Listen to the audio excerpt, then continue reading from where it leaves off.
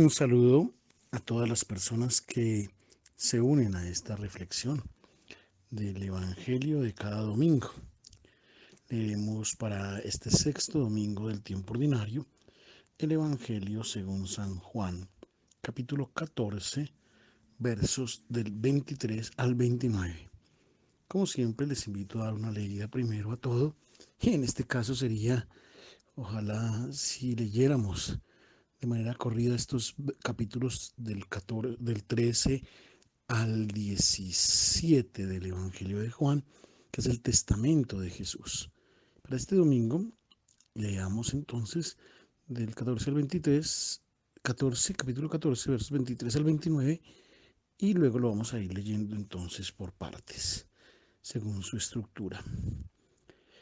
Debemos decir que continuamos leyendo el pasaje del discurso que Jesús ha dirigido a sus discípulos durante la última cena, y por lo tanto que esto hace parte de lo que es su testamento. Para comprender sus palabras debemos buscar sumergirnos en aquel momento dramático, en aquel momento difícil en el que él ha pronunciado este testamento. El grupo de los discípulos a los cuales les ha dirigido sus palabras es un grupo herido. Judas hace poco se ha alejado del cenáculo para ir a ponerse de acuerdo con los sumos sacerdotes en la forma para entregarles a Jesús. Juan hace notar que en su evangelio que cuando Judas ha salido del cenáculo era de noche. Lo ha visto y por tanto en la oscuridad, porque Judas prefirió la tiniebla a la luz. Los 11 han permanecido con Jesús, están asustados, atemorizados.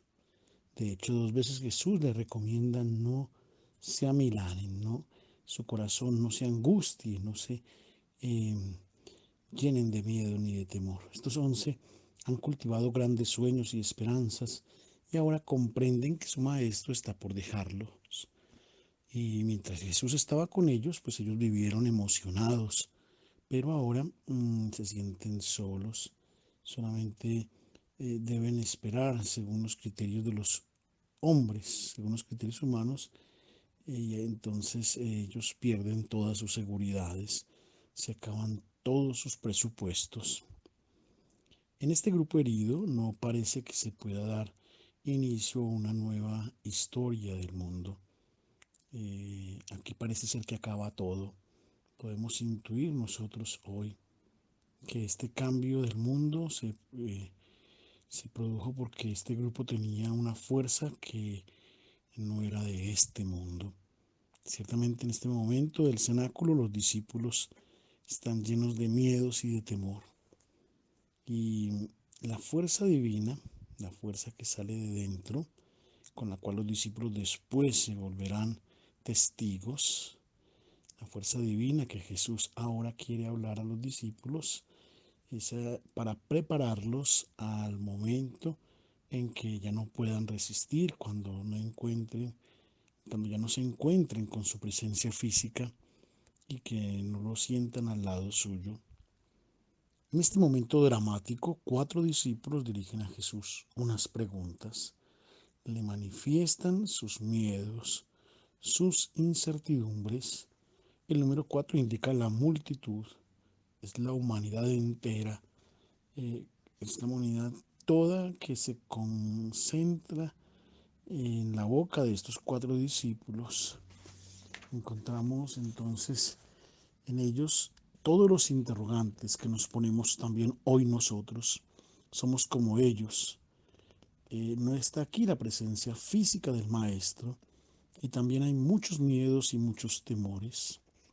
El primero es Pedro. Primer pregunta: Señor, ¿a dónde vas? Yo quiero seguirte, pero tú dices que yo no te puedo seguir ahora. ¿Por qué no puedo seguirte? Jesús le dice: no, tú me seguirás después. Pedro insiste y Jesús le manifiesta: antes que el gallo cante me negarás 3 veces. Pedro dice: yo te comprendo. Le dice Jesús a Pedro: yo te comprendo, eres frágil. Un día me seguirás. Ahora Primero, deja que yo llegue a la meta, al objetivo de mi vida, y después me seguirás también tú. Es nuestra pregunta. Nosotros queremos seguir a Jesús, pero somos conscientes de nuestra fragilidad. Y Jesús nos comprende en estas nuestras fragilidades. La segunda pregunta es la de Tomás, que le dice a Jesús. Jesús le ha dicho, donde yo voy, ustedes conocen el camino. Tomás le dice, pero no sabemos a dónde vas, ¿cómo vamos a conocer el camino? La pregunta es propiamente esta del camino de nuestra vida.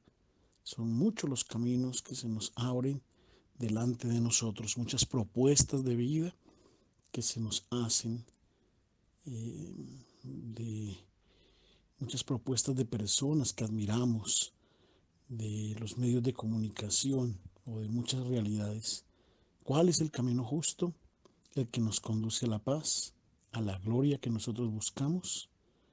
Y de frente a todos estos caminos muchas veces quedamos desorientados y Jesús dice, yo soy el camino, no busquen otras vías, yo soy el camino.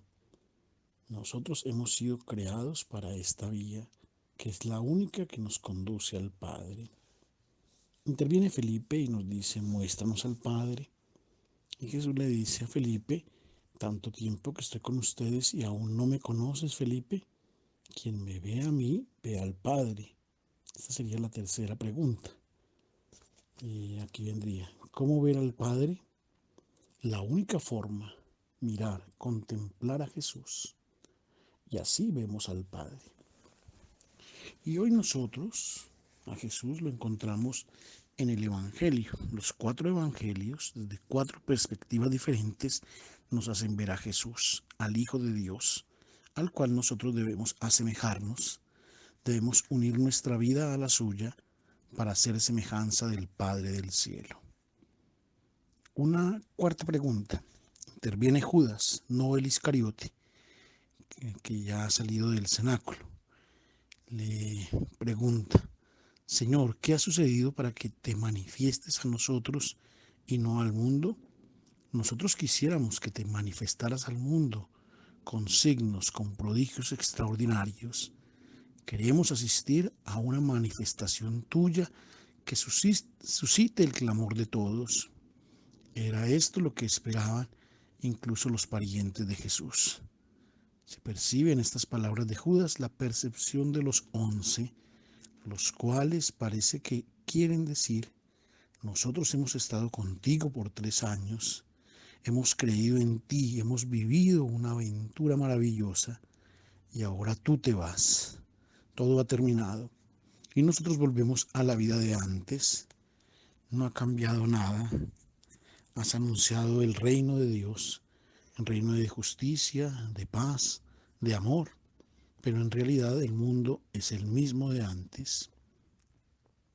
El momento de desilusión que están viviendo los 11 es lo mismo que experimentamos nosotros hoy cuando nos vemos sumergidos en tantas desesperanzas, cuando vemos que no se realizan nuestros sueños y cuando somos tentados a resignarnos frente al mal, a dejar que todo pase. Con la pandemia, por ejemplo, muchos jóvenes se ven enfrentados en su noche oscura a la dificultad de saber qué quieren, qué seguir, qué deben hacer. Son muchos los ejemplos. En fin, este es el contexto en el que conviven, en el que vienen colocadas las palabras de Jesús que leeremos y que son respuestas a estas preguntas. Leamos entonces qué dice Jesús.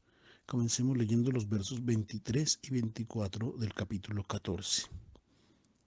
Las palabras que hemos leído son la respuesta que Jesús da a los interrogantes de Judas Tadeo. ¿Por qué te manifiestas a nosotros y no al mundo? Dice Jesús, si uno me ama, esto es la revelación que yo doy, es la del amor. Y al mundo esta revelación no le interesa. Al mundo le interesa la manifestación de un poder, de un dominio, de una gloria, de una riqueza, del éxito. Estas revelaciones del mundo las aprecia, las adora, las acoge inmediatamente aquellos que son del mundo. Mi revelación no es de este tipo. Yo no hago milagros, yo no hago prodigios. Lo realiza la fe que den a mi palabra. Quien cree en mí, quien cree en mi evangelio, asiste a prodigios. Suceden prodigios en el mundo. Yo no cumplo milagros, yo no los realizo nunca. En el Evangelio se dice que Jesús, en el Evangelio nunca se dice que Jesús haya cumplido con milagros. El término zauma no aparece para presentar lo que Jesús cumpla con algún hecho milagroso. El mundo se espera esta revelación, pero no es esta la revelación que Jesús da. Dice Jesús, yo hablo del donar la vida, del olvidarse de sí mismos, del servicio humilde al pobre, del poner los propios bienes al servicio del que tiene necesidad. Hablo de donar la vida, incluso por el enemigo. Para el mundo esta revelación no la comprende. El mundo aprecia no a aquel que sirve, sino a aquel que tiene muchos siervos. El mismo Herodes Antipas, lo dice el Evangelio de Lucas, quería ver a Jesús para verle hacer algún milagro, quería que fuese Jesús quien realizara prodigios. Se desilusiona después de él cuando no hace milagros. Eso está en el capítulo 11, a partir del verso 24 del Evangelio de Lucas, como Herodes quiere que él haga milagros. Seguramente muchos discípulos de todos los tiempos hemos sido víctimas del equívoco que tenían en mente Judas Tadeo y de los familiares de Jesús, que se esperaban este tipo de manifestaciones. Muchos discípulos de hoy se esperan solo milagros, prodigios. Los prodigios presuponen la fe. Si nosotros nos adherimos al Evangelio, suceden prodigios en el mundo, pero no podemos esperarnos estos milagros que vengan desde el cielo. Jesús llama a aquellos que se esperan estas manifestaciones milagreras o milagrosas de una manera fuerte. Gente malvada y perversa. Aquellos que están solamente esperando de parte de Dios y de Jesús que Él les haga algún milagro. Y dice Jesús, el que me ama, el que me sigue, observará mi palabra. Aquí explica lo que significa amar. Significa entrar en sintonía con su vida. Esto es, en el amor, guardará mi palabra. No se trata de un vago sentimiento, se trata de unir la vida con la de Él. Esto es amar a Jesús. Quiere decir llevarlo en el corazón, vivir como Él ha vivido. Y a quien se deja envolver en este amor, dice Jesús, el Padre mío lo amará. No se trata de un premio que se recibe al final de la vida, no. Tú entras inmediatamente en comunión ahora con Dios. En ti se manifiesta la misma vida de Dios que tú amas. Te ven por la calle y te dicen, eres un hijo de Dios. Este es un hijo de Dios. Refleja a Dios en la forma en que vive. Y continúa Jesús. Nosotros vivimos junto a Él y haremos morada en Él. Dios que hace morada en aquel que ama, está diciendo algo que es extraordinario. Ahora dice Jesús, cuando uno ama, en Él está presente Dios. Jesús era Dios con nosotros, porque estaba movido plenamente por el Espíritu Santo, el Espíritu de la vida divina que es el amor.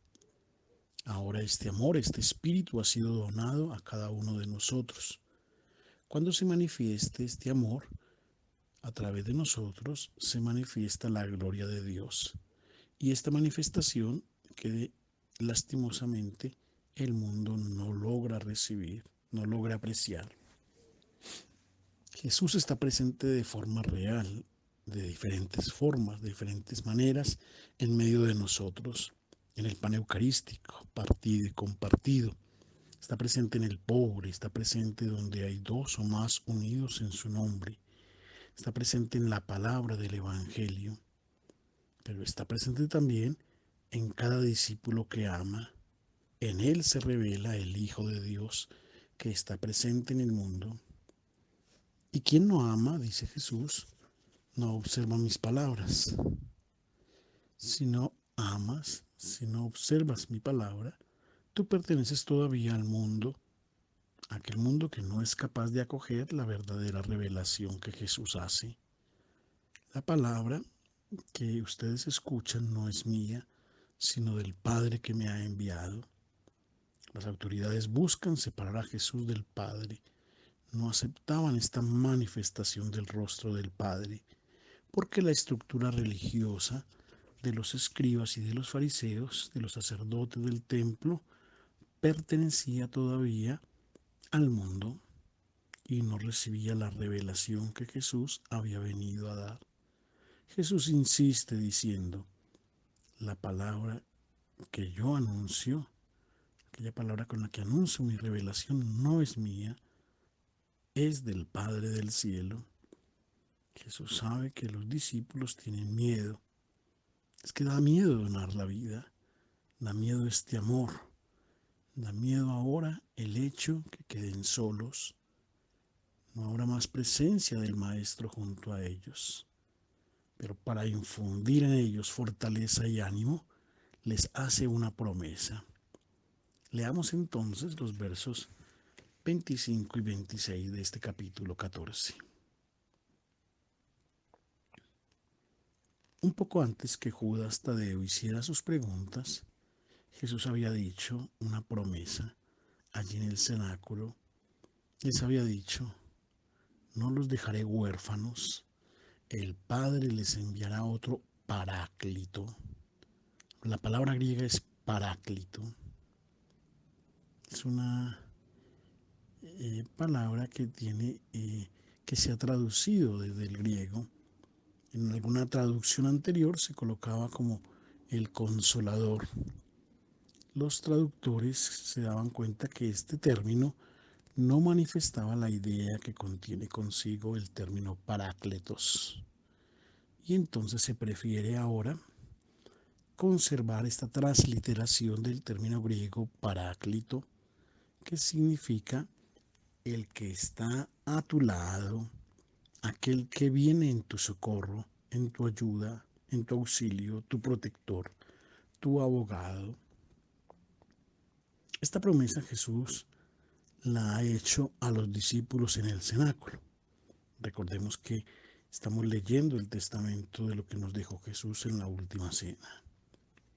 El testamento que está referido a todos nosotros, que sentimos la necesidad de tener a alguien a nuestro lado.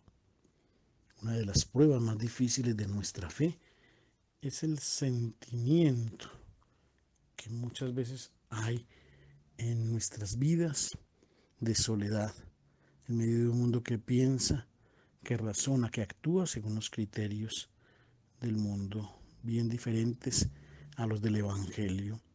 Si nosotros hablamos del perdón, del amor por el enemigo, de la humildad, de la castidad, del dominio de sí, del amor conyugal como entrega total de la vida, de la vida eterna, entonces somos tratados como personas que hacen discursos fuera del mundo. No son discursos que estén de moda. Y quien se comporta según los criterios de la moral evangélica es considerado como una persona, sobre todo rara, una raza en extinción, porque se comporta de forma incomprensible. Para quien razona según los criterios de este mundo, se le considera como medieval, retrógrado, etc. El Paráclito está llamado para vivir al lado de quien quiere vivir de modo evangélico. Te hará sentir que no estás solo, Si tú sientes una voz dentro de ti que te dice, has tomado decisiones acordes con el Evangelio, y son decisiones justas que te llevan a la gloria, a la paz verdadera, esta es la voz del Espíritu Santo que está a tu lado, escúchalo. El Paráclito significa también el defensor. ¿De qué te defiende? Pensemos en nuestra experiencia. Nos defiende de muchas voces que oímos cuando escuchamos razonamientos que nos invitan a adecuarnos al hacer lo que todos lo hacen, a gozarte solamente pensando en el momento presente, a pensar solo en ti mismo, a desinteresarnos de los otros.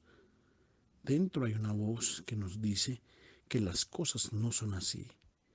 Te dice que estos son los discursos que nos deshumanizan, que, nos, que no se deben escuchar. Este es el espíritu que te defiende y defiende tu vida del veneno, de la humanidad, de la lógica pagana que viene predicada por muchos caminos. Cuando escuchas cosas como las bienaventuranzas predicadas por Jesús y son solo un sueño, dicen, el reino de Dios es un sueño, el mundo nuevo, te lo puedo apostar, no se realizará jamás. Déjalo así, tú vive como viven todos. Son 2000 años que existe la iglesia, que predica el Evangelio y es muy poco lo que ha cambiado. Resígnate a vivir como lo hacen todos y después sientes una voz dentro de ti que te dice, mira que las cosas no son así, vale la pena vivir según el Evangelio. El reino de Dios se realizará cuando tú escuches esta voz. Es el Espíritu que defiende tu vida para no perderla. Cuando alguno se replega sobre esta vida como si fuera la única, te invita a comportarte también tú de esta manera, gózatela, no la dones, no la pierdas. Esta vida es solo una y luego sientes una voz que te dice, don la vida. Si quieres conservarla, este es el Espíritu que te habla. Y ahora Jesús lo identifica con este Paráclito, el Espíritu Santo que el Padre enviará y tendrá dos tareas por realizar. Primero, te enseñará todas las cosas que Jesús ha dicho. Es decir, no añade nada, pero te enseñará. El Espíritu nos lleva a comprender siempre mejor el mensaje de Jesús. Es una promesa esta que nosotros vemos reflejada en la vida de la iglesia y también en nuestra vida personal. Hoy el Evangelio lo comprendemos mejor que antes. Hoy tenemos medios y fórmulas y maneras de profundizar y de conocer mejor el Evangelio. El Espíritu Santo es quien nos ilumina y nos guía. Muchas veces pensamos que algunos métodos o algunas formas no nos ayudan, pero existen muchos medios para conocer mejor la palabra. Y luego también nos enseña el Espíritu a comprender la palabra del Evangelio en un lenguaje siempre nuevo para hacerlo comprensible para cada cultura y de acuerdo con cada época. El Espíritu Santo no es un maestro teórico que nos da indicaciones para que las sigamos al pie de la letra. El Espíritu actúa en nuestro corazón. Es la nueva vida para que si nosotros escuchamos este Espíritu vivamos como Jesús ha vivido, siempre obediente a su vida divina. Es esta nuestra naturaleza, nuestra nueva naturaleza. Una planta, un árbol de manzanas produce manzanas, no porque reciba instrucciones externas o porque alguien le diga o algo le ordene que dé manzanas, no, porque esa es su naturaleza. Así el cristiano tiene la naturaleza divina que le ha sido dada y cuando ama manifiesta esta naturaleza que es el Espíritu Santo. Es decir, viene de dentro la opción, el camino que debemos seguir. Y luego, segundo, les hará recordar todas las cosas que yo les he dicho. Más que enseñar, Él recuerda, mantiene viva la memoria. El verbo recordar es muy importante en la Sagrada Escritura. Dios no quiere que su pueblo olvide las obras que Él ha realizado en favor de su pueblo.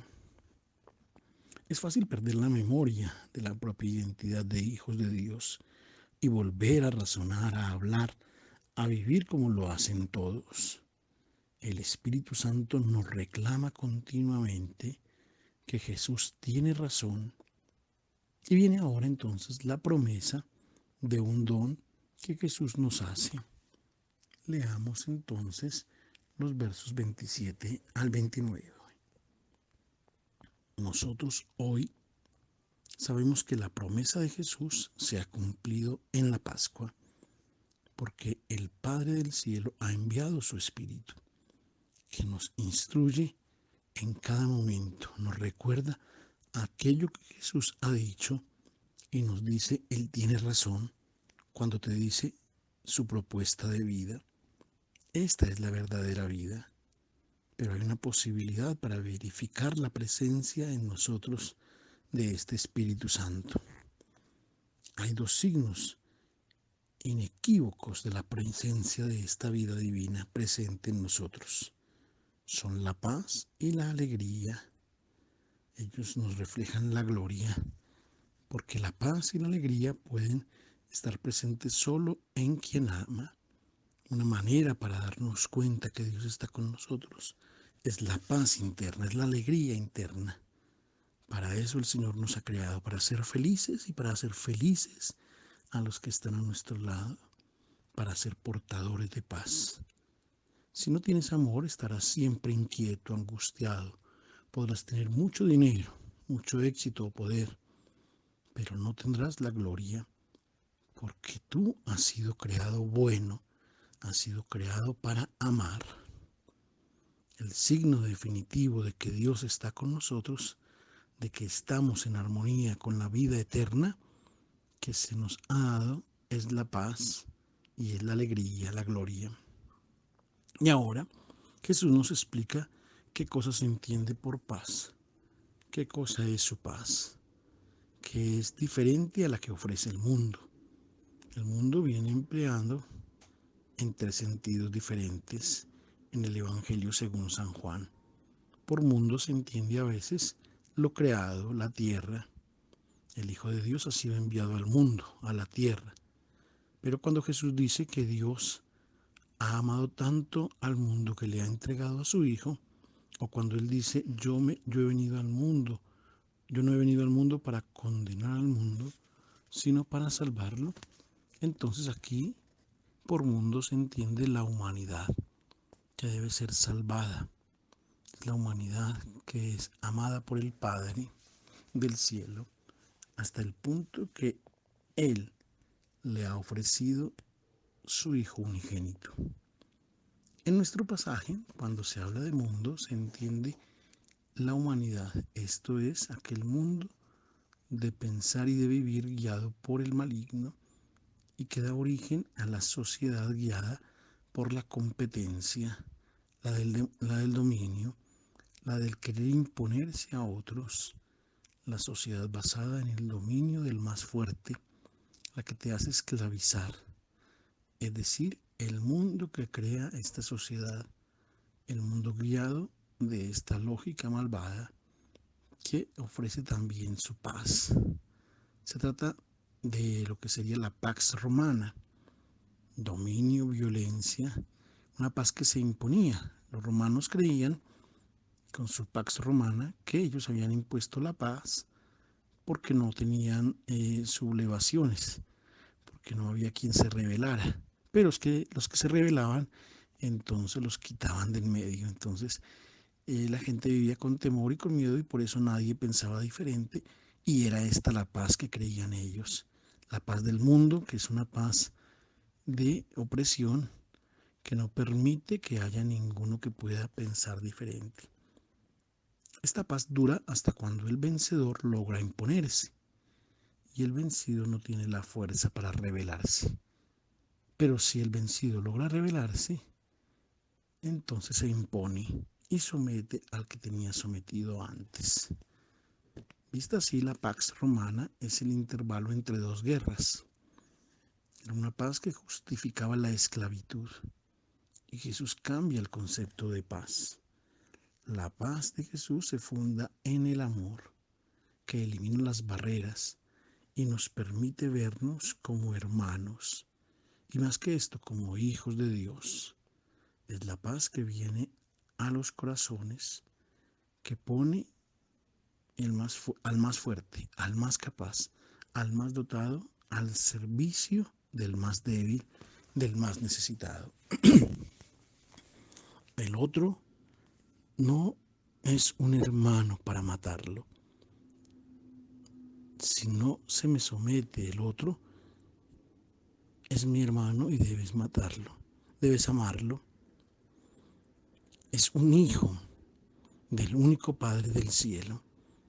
Y el mundo nuevo no es el de los lobos que ofrecen su paz, sino que es el mundo de los corderos, donde cada uno pone su propia vida al servicio del hermano, que es esta, y es esta la verdadera paz.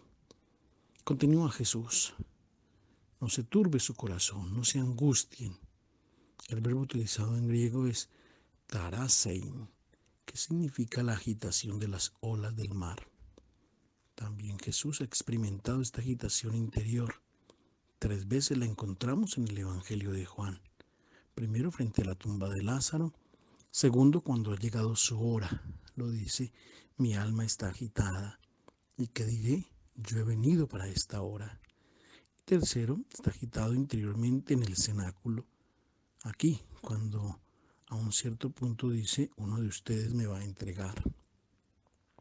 La paz de la cual Jesús habla es compatible incluso con estos momentos de agitación que nosotros debemos tener en cuenta en nuestra propia vida.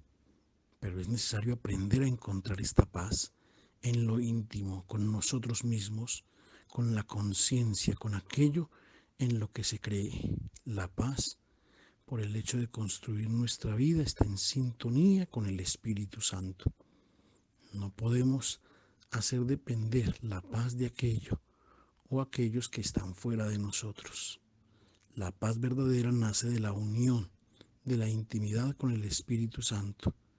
Y en la fe es necesario aprender a ver las cosas de una manera diferente. Las alegrías y tristezas están enmarcadas a la luz del Evangelio, a la luz del Espíritu. Y después Jesús asegura su presencia al lado nuestro. Dice: yo me voy, pero vuelvo a ustedes. Su primera venida es considerada en el espacio y en el tiempo. Ahora ha pasado a un plano diferente. En su presencia física no podía estar en 2 lugares al mismo tiempo. Ahora está siempre junto a nosotros. Y por eso dice: alégrense, que vaya al Padre. Así entra en una nueva condición. Y les he dicho estas cosas para que cuando puedan, cuando sucedan, ustedes crean que esta es la forma como Él nos invita a hacer nuestra adhesión a Él, a dar nuestra plena fe a su propuesta de amor. Así nosotros viviremos en el mundo la paz y la alegría propia de aquellos que tienen al Espíritu Santo. Un feliz domingo para todos.